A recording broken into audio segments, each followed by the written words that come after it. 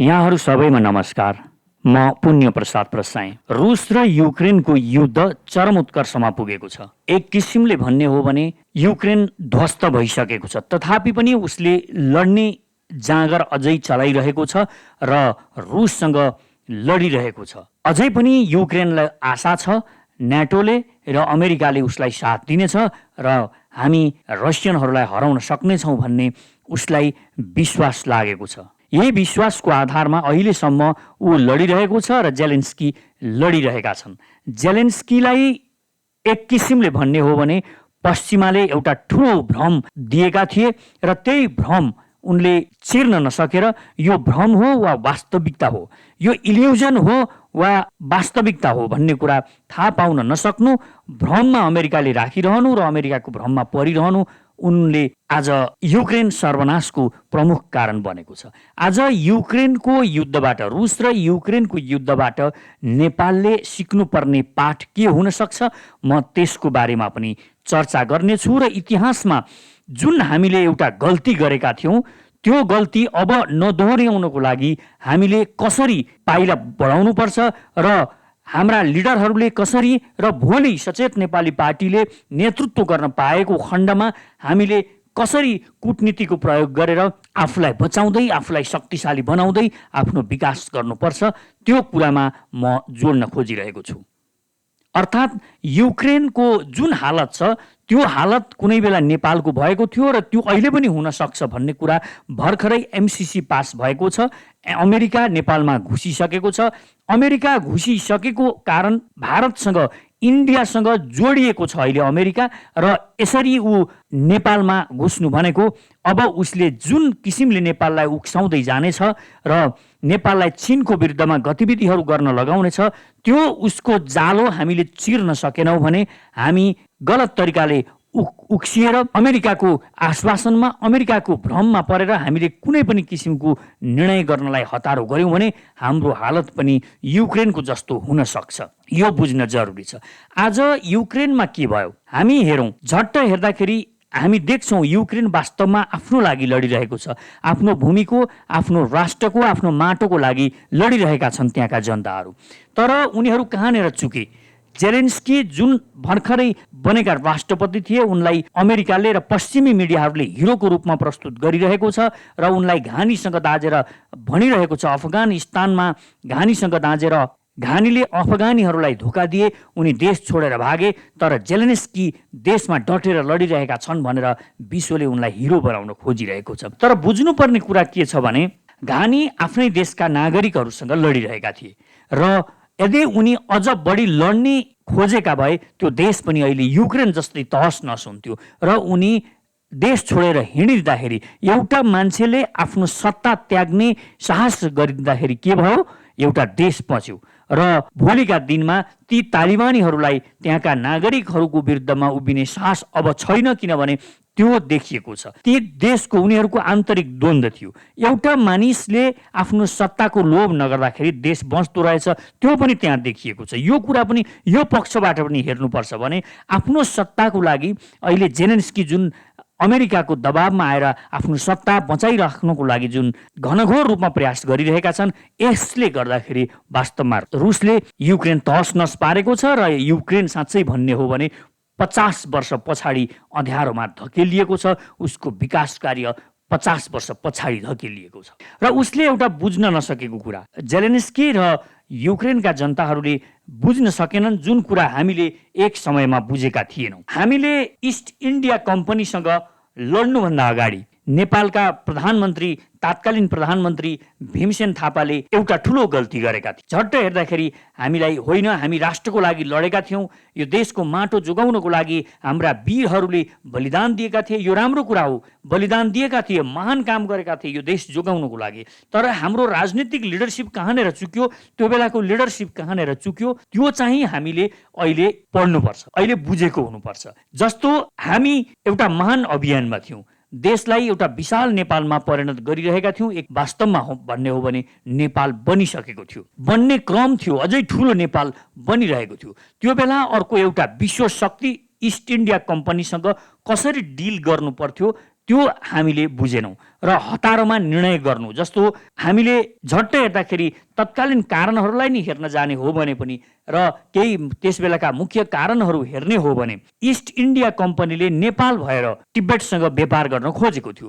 त्यो व्यापारमा हामीले आफ्नो भूमिको प्रयोग गर्न दिइरहँदाखेरि त्यहाँबाट हामीले केही जुन ट्रान्जिट पोइन्ट छ त्यहाँबाट केही भन्सार सुविधाहरू लिएर उसलाई हामीले व्यापार गर्ने पोजिसन सिर्जना गर्न सक्नु पर्थ्यो। एक, हामी पुरै रिजिड भएर बस्नु हुँदैन थियो। त्यो एउटा व्यापारको नाका हामीले उसलाई दिन सकेको भए पनि हामी एउटा राम्रो पक्ष हुन्थ्यो। अर्को कुरा, हामीले के गल्ती गरेका थियौँ भने जब हामीले हाम्रो सेनाले जब गोर्खाली सेनाले पाल्पालाई कब्जा गर्यो, पाल्पा लिइसकेपछि पाल्पा कब्जा गरिसकेपछि हामीले बुटवल र शिवराज क्षेत्र हामीले दाबी गर्यौँ। त्यो क्षेत्र भनेको वास्तवमा त्यो बेला नेपालको क्षेत्र थिएन। त्यो क्षेत्र हामीले पाल्पा लिएका थियौँ, तर त्यो क्षेत्र पाल्पाले भाडामा मगधबाट चलाइरहेको थियो। भाडामा चलाइरहेको क्षेत्रलाई हामीले पाल्पा जितेपछि स्वतः त्यो हामीले जितेको हुँदैन थियो, त्यो हामीले भाडा तिर्नै पर्थ्यो त्यो क्षेत्रको लागि, जसरी पाल्पाले तिरेको थियो। तर हाम्रो नेताहरूमा, हाम्रो लिडरसिपमा त्यो बेला एउटा अहङ्कार आयो र त्यो पनि हामीले दाबी गर्यौँ। त्यो बेला इस्ट इन्डिया कम्पनीबाट त्यो क्षेत्र छोड्नको लागि अल्टिमेटम पनि दिएको थियो।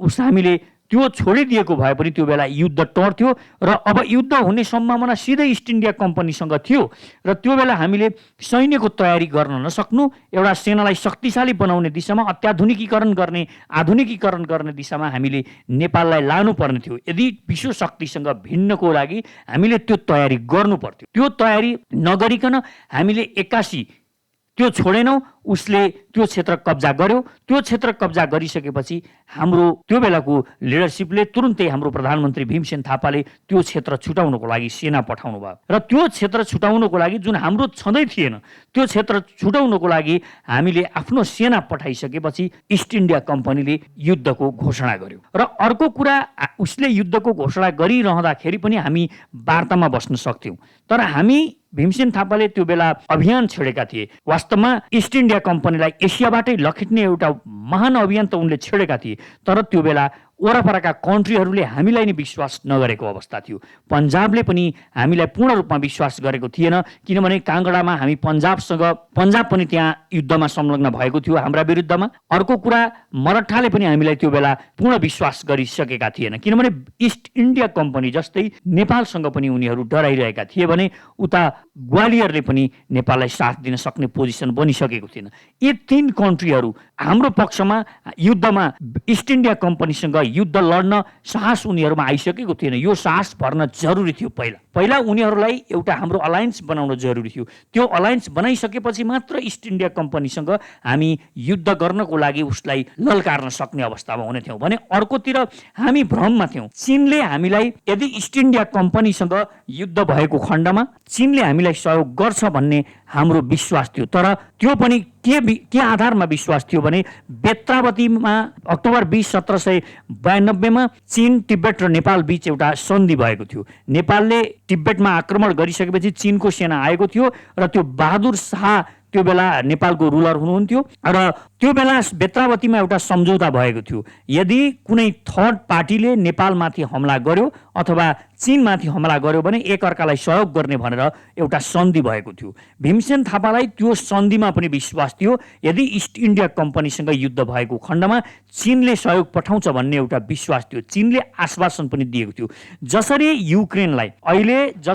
युक्रेनलाई अमेरिकै भयो भने नाटो आउनेछ, अमेरिका आउनेछ र रसिया यदि युक्रेनमा आक्रमण गर्नको लागि रसिया घुस्यो भने यहाँ अमेरिका आउनेछ भनेर जेलेन्स्कीलाई एकदमै बढाइ चढाइ उक्साहटमा राखेको थियो अमेरिकाले। परिणाम उनी रुससँग पौठे जोडी खेल्न तयार भएर बसेका थिए, किनभने उनलाई भ्रम थियो कि अमेरिका आउनेछ। तर अमेरिकाको के स्वार्थ थियो यो जेलेन्स्कीले बुझ्न सकेनन् र यदि यो स्वार्थ उनले बुझ्न सकेको भए उनी कूटनीतिको प्रयोग गर्थे र अलिकता झुकेर उनी देश बचाउन सक्थे। यो अवस्था रहन्थ्यो। रुसका धेरै ठुला मागहरू पनि थिएनन्। त्यति मात्र हो, रुसले युक्रेनलाई स्पष्ट रूपमा भनेको थियो यहाँ अमेरिकन र न्याटोको सेना आउनु हुँदैन, न्याटोमा तिमी प्रवेश नगर। दोस्रो कुरा, तिमीले परमाणु बम नबनाउने भनेर जुन सम्झौता गरेका छौ 1994 मा जुन सम्झौता भएको छ हामीसँग, त्यो सम्झौतामा तिमी अडिग रहनुपर्छ। तिमी फेरि परमाणु अस्त्र बनाउँछु भनेर लाग्नु हुँदैन, किनभने त्यो बेला तिमीलाई हामीले परमाणु अस्त्र नबनाउने शर्तमा एउटा सहयोग गरेका छौँ र त्यो शर्तमा तिमी कायम रहनुपर्छ, यो बुडापेस्ट सम्झौता तिमीले मान्नुपर्छ भनेर उसले दबाब दिइरहेको थियो। यदि त्यो कुरालाई सूक्ष्म रूपमा अध्ययन गरेर कूटनीतिको प्रयोग गरेर रुससँग जबरजस्ती न्यु खोज्नपट्टि नलागेर अमेरिकन स्वार्थमा नलागेको भए आज युक्रेनको त्यो दुर्गति हुने थिएन, यो दुर्गति हुने नै थिएन। जुन गल्ती हामीले इस्ट इन्डिया कम्पनीसँग युद्ध गर्नुभन्दा अगाडि जुन गल्ती गर्यौं, नेपालले तत्कालीन समयमा विश्व शक्ति रहेको इस्ट इन्डिया कम्पनीसँग लड्ने बेलामा जुन गल्ती गरेको थियो, आज युक्रेनले विश्वको सुपर पावर रसियासँग लड्ने बेलामा त्यही गल्ती गरिरहेको छ। जसरी युक्रेनले नाटोलाई विश्वास गर्यो, त्यो बेला हामीले नेपालले पनि त्यसै गरी हामीले दक्षिणका छिमेकीहरू पन्जाब, ग्वालियर र मराठाहरूलाई विश्वास गरेर यिनीहरू हामी लड्दाखेरि इस्ट इन्डिया कम्पनीको विरुद्धमा यिनीहरू पनि आउनेछन् भनेर विश्वास गर्यौं। जसरी अहिले युक्रेनले अमेरिकालाई विश्वास गर्यो, त्यो बेला पनि हामीले चीनलाई त्यही रूपमा विश्वास गरेका थियौं। इस्ट इन्डिया कम्पनीले हामी विरुद्ध हतियार उठाइसकेपछि चीनको सेना आउनेछ र हाम्रो समर्थनमा लड्नेछ र हामी मिलेर यो पुरा एसियाबाट इस्ट इन्डिया कम्पनीलाई लखेट्ने छौं भन्ने भीमसेन थापाको जुन महान परिकल्पना थियो, त्यो महान परिकल्पना त्यो बेला तुषारपात भयो जब न चीन लड्न आयो, न त पन्जाब, मराठा र ग्वालियरले नि हिम्मत साहस देखाउन सक्यो इस्ट इन्डिया कम्पनीसँग।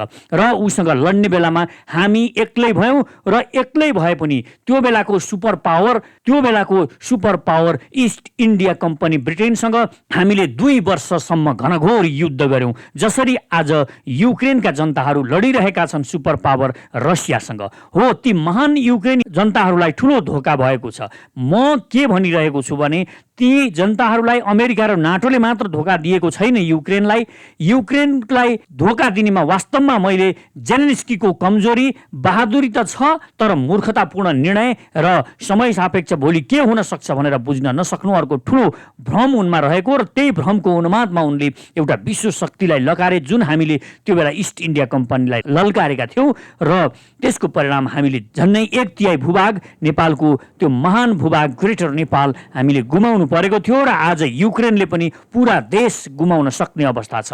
र भोलिका दिनमा नेपालले यो कुरा ध्यान दिन जरुरी छ। हामीले पनि कसैको उक्साहटमा युद्ध गर्ने, कसैको उक्साहटमा आएर लड्ने होइन। हामीले आफ्नो खुट्टामा उभिएर आफू शक्तिशाली बन्ने प्रयास गर्नुपर्छ। आफैले आफ्नो युद्ध लड्नुपर्छ। हरेकले आफ्नो युद्ध आफैले लड्नुपर्ने भएकोले नेपालले पनि फ्युचरमा यो देशको सेनालाई महान र शक्तिशाली बनाउनुपर्छ। जुन सचेत नेपालीले भनेको छ, देश शक्तिशाली बन्नुपर्छ र जसले पनि टक्कर दिएको खण्डमा हामी त्योसँग भिड्न सक्ने र हजारौं वर्ष लड्न सक्ने पोजिसन हामीले बनाउनुपर्छ। अर्थतन्त्रको पनि विकास गर्नुपर्छ। अनि मात्र हाम्रो सार्वभौम सत्तामाथि कसैले आँखा लगायो भने त्यसको प्रतिकार गर्न हामी सक्षम हुन्छौँ भन्ने मलाई विश्वास लाग्छ।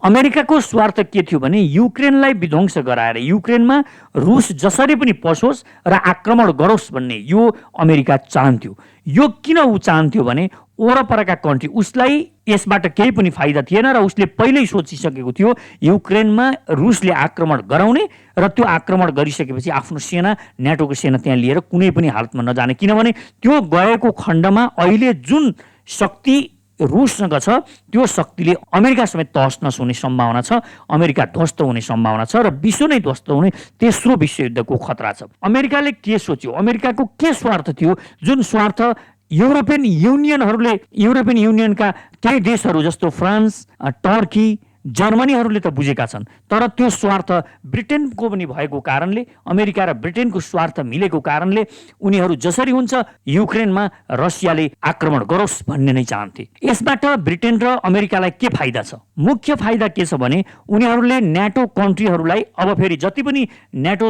गठबन्धनमा संलग्न भएका देशहरू छन् तिनीहरूलाई पनि खतराको घन्टी बजिसकेको छ। खतरा छ भनेर उनीहरूले एकदमै एक्जाजरेट गरेर बताउनेछन् र ती कन्ट्रीहरूमा आफ्ना हतियारहरू बेच्नेछन् पहिलो कुरा। र यतापट्टि अब युक्रेनमा रुसले जे गर्यो ताइवानमा चीनले त्यही गर्छ भनेर फेरि इन्डो पेसिफिक क्षेत्रमा पनि उनीहरूले एउटा आतंक मचाउनेछन् र विश्वभरि जति पनि कन्ट्रीहरू छन् ती कन्ट्रीहरूलाई हतियार बेच्नेछन्। एक यो प्रमुख फाइदा उनीहरूले इतिहासदेखि दोस्रो विश्वयुद्ध कालदेखि अमेरिकाले लिँदै आएको छ, यही हतियारको व्यापार गरेर देश बनाएको छ। यो कुरा बुझ्न नसक्नु युक्रेनको जेलेन्स्कीको एउटा ठुलो गल्ती थियो र अमेरिका आउनेवाला छैन भन्ने कुरा उसले बुझ्न सक्नु पर्थ्यो, जुन उनले बुझ्न चाहेनन्। दोस्रो कुरा तेल र ग्यासको कुरा छ। यदि यसरी नै रुसमाथि प्रतिबन्ध लगाउन सकियो भने यो प्रतिबन्धको कारणले रुसले आफ्नो तेल र आफ्नो नेचुरल ग्यास युरोपमा पठाउन पाउने छैन र यसको सट्टामा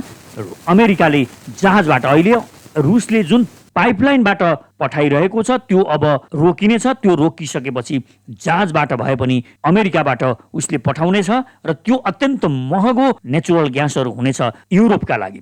यो कुरा उनीहरूले बुझेका छन्, केही देशहरूले बुझेका छन्, अमेरिकाको खेल उनीहरूले बुझेका छन्, तर उनीहरू परिबन्दमा छन्। फ्रान्समा चुनाव आइरहेको छ, फ्रान्समा चुनाव आइरहेको कारणले मैक्रोलाई चुनाव जित्नुपर्ने बाध्यता छ र यसको लागि उनले अलिकति नौटङ्की गर्नुपर्ने र रुसको विरुद्धमा भएको जस्तो र जनतामा यो देखाउनु पर्ने उसको बाध्यता छ भने जर्मनी त यसै पनि उसको सेना अमेरिकन सेना बसेको कारणले ऊ एक किसिमले भन्ने हो भने अमेरिकाको सोचभन्दा बाहिर निस्किनको लागि उसले ठुलै कसरत गर्नुपर्ने हुन्छ। जेलेन्स्की उनले त्यही कुराहरू बोलिरहेका छन् जुन अमेरिकाले उनलाई बोलाउन खोजिरहेको छ। उनलाई पश्चिमा मिडियाहरूले हिरो बनाएर प्रस्तुत गर्नु र सुरुमा अमेरिकन र पश्चिमा मिडियाहरूले 48 घण्टा 72 घण्टाभित्रमा रुसले युक्रेन लिइसक्नेछ, यदि 72 घण्टाभित्रमा लिन सकेन भने उसले कहिल्यै पनि युक्रेन लिन सक्दैन भनेर एउटा भ्रम जुन दिएका थिए जेलेन्स्कीलाई, त्यही भ्रममा उनी बाँचे र उनी 72 घण्टाको बिचमा उनी केही हतोत्साही भएका थिए। तर 72 घण्टा टुङ्गिने बित्तिकै अमेरिकाका जासुसहरूले उनीमा एउटा जुन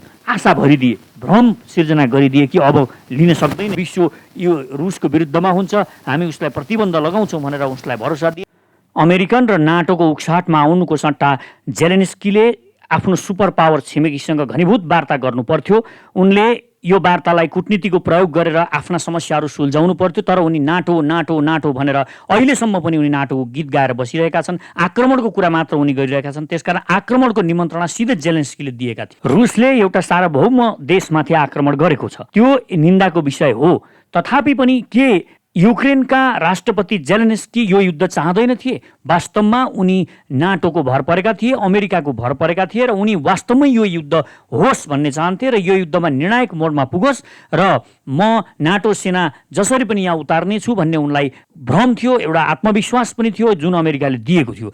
यसको परिणाम आज यो भोगिरहेको छ युक्रेनले। र मुख्य कुरा के हो भने अहिले पनि जेलेन्स्की वार्ता खोजिरहेका छैनन्। उनी नेटोले आक्रमण गर्नु पर्यो, रुसमा आक्रमण गर्नु पर्यो, युरोप आउनु पर्यो, अमेरिका आउनु पर्यो भनेर अहिले पनि उनी आक्रमणको कुरा गरिरहेका छन्, वार्ताको कुरा गरिरहेका छैनन्। जबकि उनले वार्ता गरेर अहिले ठिक ढङ्गले वार्ता गरेर सुल्झाउनु पर्ने थियो। र आजै मात्र पनि रसियाका राष्ट्रपतिले यदि युक्रेनले वार्ता गरेन, वार्ता गर्नमा अगाडि बढेन भने यो देश इतिहासबाट मेटिनेछ, युक्रेन भन्ने देशै रहने छैन भनेरसम्म धम्की दिन थालिसकेका छन्। भन्नुको मतलब त्यहाँ अब कुनै पनि हालतमा नाटो आउने सम्भावना छैन, अमेरिका त्यहाँ आउन सक्दैन। यदि तिनीहरू आएको खण्डमा पुरा युरोप ध्वस्त हुनेछ, तेस्रो विश्वयुद्धमा होमिनेछ। त्यसकारणले पनि अब पछि हटिसकेका छन्, अमेरिका र नाटो पछि हटिसकेको छ। र यो बेलामा वार्ता गरेर जसरी हुन्छ अलिकति झुकेर भए पनि आफ्नो सत्ता जान्छ भने पनि, आफू राष्ट्रपतिबाट हटिन्छ भने पनि आफ्नो देश बचाउनको लागि उनले आफ्नो बलिदान दिनुपर्ने अवस्था आइसकेको छ। यो कुरा उनले बुझेनन् भने उनी आफू मरेर युक्रेनलाई पनि मार्न खोजिरहेका छन्, आफ्नो सत्ताको लागि युक्रेनलाई पनि मार्न खोजिरहेका छन्, युक्रेनको सार्वभौम सत्ता खतम पार्न खोजिरहेका छन्। त्यसकारण जसरी रुस आक्रमक छ त्यसरी नै आक्रमणको त्यही रूपमा निमन्त्रणा दिने यो युक्रेनका जेलेन्स्कीले गरिरहेका छन् र उनले वार्ता गरेर यसबाट आफ्नो देश बचाउने र जुन देशका नागरिकहरूले उनलाई विश्वास दिएका छन् त्यो विश्वासलाई कायम राख्दै आफ्नो सत्ता छोडेर भए पनि देश बचाउन उनले लागेकै हुनुपर्छ भन्ने हाम्रो सल्लाह छ। किनभने देश बाँचिरहे भोलि शक्तिशाली पनि बनाउन सकिन्छ, देश रह्यो भने भोलि फेरि राष्ट्रपति पनि बन्न सकिन्छ, सत्ता रहन सक्छ, सत्तामा पुग्न पनि सकिन्छ भन्ने कुरा यो वास्तवमा जेलेन्स्कीले बुझ्नुपर्छ र यसको लागि युक्रेनी जनताहरूले पनि उनलाई दबाव सिर्जना गर्नुपर्छ भन्ने मलाई लाग्छ। भविष्यमा हामीले के गर्नुपर्छ?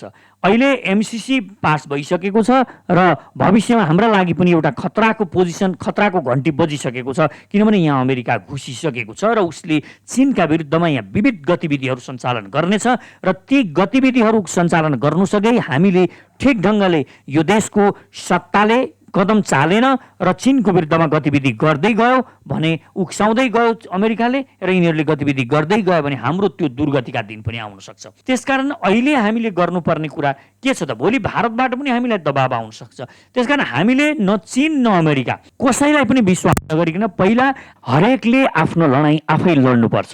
तपाईँको लडाइँ लड्नको लागि कोही अर्को मानिस आउँदैन, आउने सम्भावना पनि छैन। आफ्नो देशले पनि आफ्नो लडाइँ आफै लड्नुपर्छ, आफ्नै खुट्टामा उभिएर लड्नुपर्छ भन्ने कुरा हामीले युक्रेनबाट सिक्नुपर्छ। त्यसैले सचेत नेपाली पार्टीले आत्मरक्षाको सिद्धान्त अनुसारको शक्तिशाली सेना भनेको र हामीले आफूमा विश्वास गर्ने, भित्री रूपमा हामीले आफ्नो सेनालाई शक्तिशाली बनाउनुपर्छ, देशलाई शक्तिशाली बनाउनुपर्छ। यसले आफ्नो आत्मविश्वास सिर्जना हुन्छ, हरेक युवाहरूमा आत्मविश्वास सिर्जना हुन्छ। जसरी हरेक व्यक्तिले आफ्नो लडाइँ आफैले लड्ने हो, त्यसरी हरेक देशले आफ्नो लडाइँ आफै लड्ने हो। कुनै पनि देश तपाईँको लडाइँ लड्नको लागि आउनेवाला छैन, उसले आफ्नो स्वार्थ हेर्छ। हामीले आफ्नो स्वार्थ हेर्नुपर्छ। हरेक नेपालीले प्रो नेपाली भएर एकदम अठोट लिएर यो देश बनाउने र देशलाई महान बनाउने कुरामा सोच्नुपर्छ। युक्रेनको हालत हुनुभन्दा अगाडि हामीले धेरै कुराहरूमा विचार गर्न जरुरी छ